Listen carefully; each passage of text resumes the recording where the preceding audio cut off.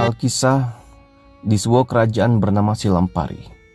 Hiduplah seorang raja bijaksana yang bernama Raja Surya. Kerajaan itu terkenal subur dan makmur. Tetapi belakangan ini kekeringan panjang melanda. Sungai-sungai mengering, sawah-sawah retak, dan rakyat mulai kesulitan mendapatkan air. Raja Surya yang sangat mencintai rakyatnya merasa sedih melihat penderitaan mereka. Suatu malam ia bermimpi didatangi seorang kakek berjubah putih. Kakek itu berkata, "Wahai raja, di hutan terlarang di ujung kerajaanmu tersembunyi mata air kehidupan. Jika engkau menemukannya, air itu akan mengalir tanpa henti dan menghidupkan kembali kerajaanmu."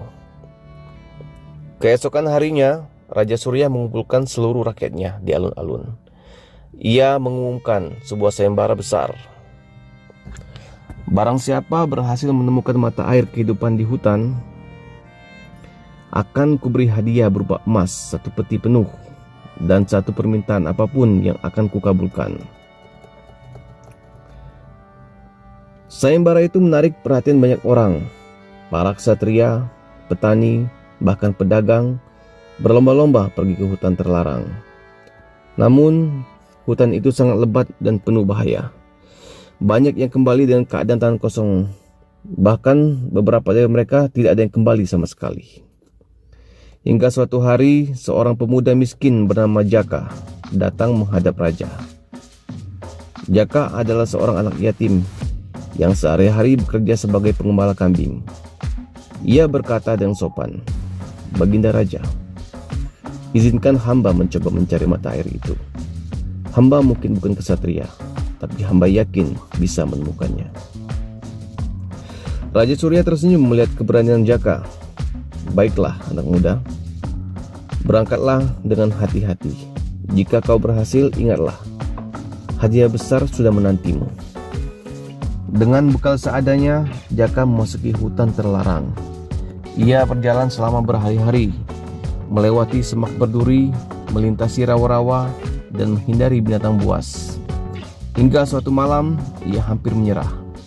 Ia bertemu dengan seorang burung kecil yang sedang terluka di kakinya. "Kasihan sekali kau, burung kecil," kata Jaka. Ia segera merawat luka burung itu dengan dedaunan obat yang ia temukan di hutan. Setelah sembuh, burung itu berkicau gembira dan terbang mengitari Jaka.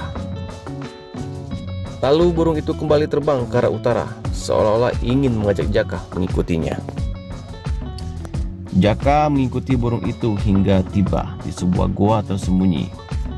Di dalam goa itu, ia menemukan sebuah mata air yang jernih, memancar dengan deras dan menyala lembut seperti cahaya bulan. Jaka tahu, inilah mata air kehidupan yang dimaksud. Ia mengambil sebagian air itu dalam kantung kulitnya dan segera kembali ke istana. Raja Surya sangat gembira melihat Jaka kembali dengan membawa air tersebut. Ketika air itu dituang ke sungai yang hampir kering, keajaiban pun terjadi. Air mulai mengalir deras, dan dalam waktu singkat, seluruh sungai di kerajaan kembali penuh. Tanah yang tadinya gersang menjadi hijau, dan rakyat bersorak gembira. Raja Surya kemudian bertanya kepada Jaka, "Wahai anak muda, kau telah menyelamatkan kerajaan ini. Sebagai hadiahnya, pilihlah apapun yang engkau inginkan, apapun permintaanmu." Kemudian Jaka menjawab dengan rendah hati, "Baginda Raja, hamba tidak menginginkan emas atau kekayaan. Hamba hanya ingin baginda memastikan bahwa air dari mata air ini akan digunakan untuk kepentingan seluruh rakyat tanpa terkecuali." Raja Surya tersentuh oleh ketulusan Jaka. Ia bersumpah bahwa air kehidupan itu akan menjadi milik rakyat selamanya. Sebagai tanda terima kasih, Raja mengangkat Jaka menjadi penasihat istana, sehingga Jaka dapat membantu memimpin kerajaan dengan bijaksana. Sejak itu kerajaan Silampari kembali makmur, dan Jaka dikenal sebagai pemuda yang tidak hanya membawa air, tapi juga harapan bagi